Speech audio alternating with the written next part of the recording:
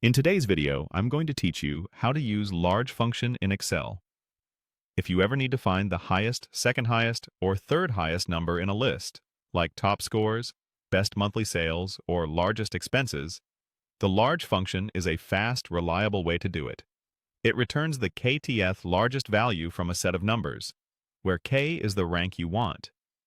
Think of k as the position from the top. K equals 1 is the largest, k equals 2 is the second largest, and so on. Start by clicking the blank cell where you want the answer to appear.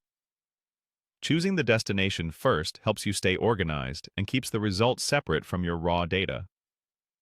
It's also a good idea to make sure your source data really is numeric. Text that looks like numbers won't be counted, and headers should be excluded from the range. Next, type the formula. Begin with an equals sign, then the function name, and open the parentheses. It will look like this. Large array k.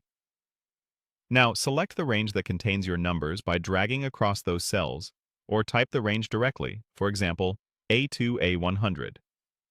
After the comma, enter the rank you want to retrieve. If you want the single largest value, use 1. For the second largest, use 2, and so on. Finally, close the parentheses. A complete example would be large A2 A100, 3. That asks Excel for the third largest number in cells A2 through A100. Press Enter to confirm the formula, and Excel will calculate the result instantly. If you get a value you didn't expect, double-check two things. First, make sure your selected range includes only the numbers you intend to analyze and doesn't capture headers or totals. Second, confirm that your k value is valid. K must be a positive whole number and cannot be larger than the count of numeric values in your range. If k is 0, negative, or too big, you'll see a #num error. If your range contains errors like #NA, those can propagate into the result as well. A few quick tips to make the most of large. It ignores blanks and text, focusing only on numeric entries.